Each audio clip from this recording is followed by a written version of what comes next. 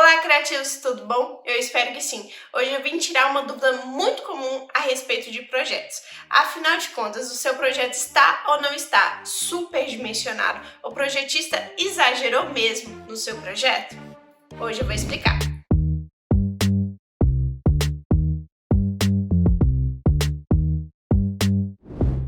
Então, a primeira coisa que eu quero explicar para vocês é que para fazer um projeto, a gente precisa seguir normas.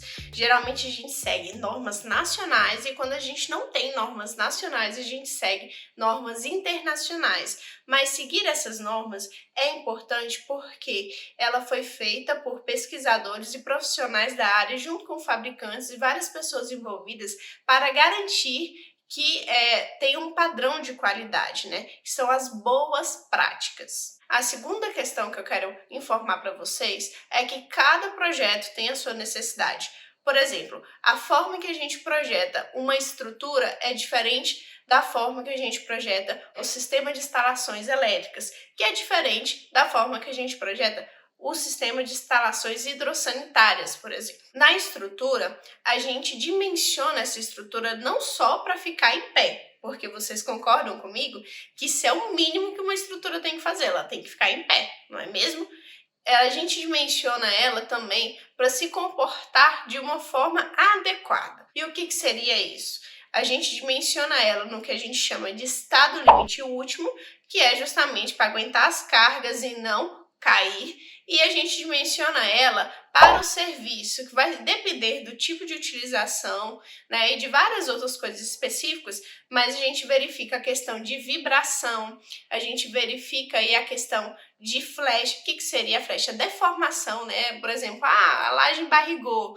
Por que ela embarrigou? Então a gente tem vários limites, porque não necessariamente uma estrutura deformada quer dizer que ela vai cair, mas ela vai trazer desconforto e vai trazer outros problemas.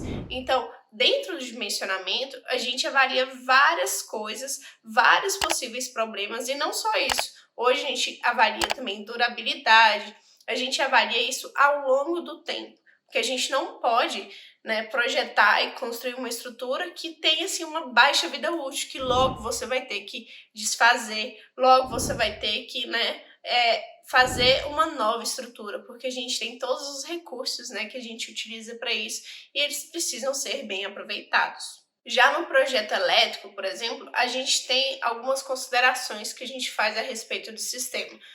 Um erro muito comum é verificar, assim, por exemplo, um forno elétrico ou um fogão elétrico que tem lá a sua potência e falar, ah, não, tal cabo atende. Não necessariamente a gente faz só em relação à potência, tá? Quando a gente faz um projeto, a gente avalia vários itens além da potência do equipamento para determinar um cabo. A gente avalia aí também a queda de tensão, a gente avalia o agrupamento de circuitos e como que eles estão expostos, em que tipo de instalação ele está, para poder determinar certinho qual que é esse cabo. Então, às vezes acontece que o cabo ele vai ser um pouquinho maior do que você imaginou. Ah, mas quer dizer que está superdimensionado? Não. Pelo contrário, quando a gente leva em consideração todos esses fatores, a gente entende melhor o comportamento, né, do equipamento, o comportamento da alimentação e dimensiona para o melhor custo-benefício. O que já aconteceu também é vir o seguinte questionamento. Ah, mas a alimentação entre quadros, ela está maior do que X cabo, está maior do que tal alimentação. E isso acontece, viu, gente? Principalmente quando a gente tem distâncias grandes. A gente tem a questão da queda de tensão, que basicamente aquele cabo que está transportando a energia, ele não tem, né, a mesma eficiência no início daquela alimentação para o final da alimentação, quando a gente tem longas distâncias. Então a gente aí tem que aumentar esse cabo para que ele garanta uma boa alimentação com pouca queda de tensão. Então acontece às vezes da alimentação da sua concessionária, seja SEB, CELG, por aí vai, CEMIG, enfim, ela ser menor do que às vezes a distribuição entre seu quadro de medição e o seu quadro geral. E isso acontece justamente quando se tem distâncias muito longas mesmo, e aí a gente precisa analisar outros fatores. Já no projeto hidrossanitário, a gente tem questões também bastante específicas, como a pressão da água, né, a vazão da água. A gente tem alguns equipamentos específicos que precisam de uma maior pressão. Por exemplo, a gente tem a questão daquelas torneiras bem gourmetizadas de cozinha, e muitas vezes ela precisa de maior pressão do que as torneiras convencionais. A gente tem questão aí de chuveiros, principalmente os chuveiros que tem muita vazão, a gente precisa de uma maior pressão. E a gente também tem a perda de carga. E o que seria essa perda de carga? É porque ali com uma distância ele vai perdendo velocidade, justamente porque apesar do tubo parecer lisinho, ele tem, né, uma rugosidade e que vai diminuindo ali a vazão da sua instalação. Assim como a gente também tem observações sobre as instalações sanitárias e as instalações de águas pluviais. Um exemplo clássico é que a gente não utiliza a seção completa de um tubo, né, o diâmetro todo do tubo, aquela área ali, para a gente dimensionar a questão das águas pluviais, porque aquele conduto ali a gente deixa considerando que uma parte é aberta. E isso é extremamente importante quando a gente fala aí nas instalações que estão na horizontal.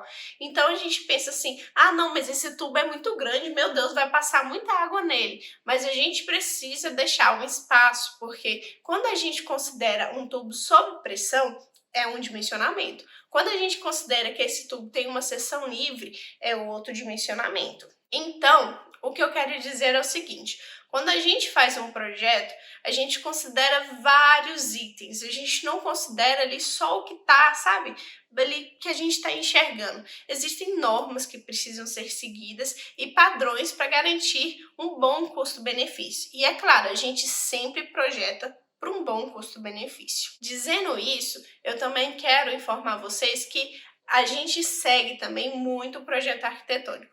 Então acontece de, às vezes, algumas soluções não serem a de melhor custo-benefício, mas isso não quer dizer algo ruim. Por exemplo, a gente tem aí os projetos de Brasília, que são maravilhosos, mas não necessariamente possuem melhor custo-benefício, né? Mas ele atende outra demanda, ele atende outra necessidade e tá tudo certo. Então, é bom sempre conversar com os profissionais envolvidos e se você tem essa dúvida, se o seu projeto está superdimensionado ou não, converse, tire essa dúvida e se mesmo assim, conversando com o profissional que você contratou, ainda restar aquele sentimento, pode ser necessário aí, né? Pode ser que você queira contratar uma consultoria para analisar. E aí, o que eu digo é, não acreditem só naquele profissional que vira e fala: Nossa, utilizou isso aí? Eu acho que isso aí tá muito exagerado. Sabe por quê? Justamente pelo que eu expliquei, existem cálculos. Então, se você possui dúvidas e quer contratar uma consultoria, então você converse com um profissional que irá analisar o seu caso e fazer cálculos para verificar se está certo ou se não está certo. Porque dizer que está errado é muito fácil. Eu bato o olho, não, tá errado. Mas por que tá errado? Por que o profissional fez de um jeito?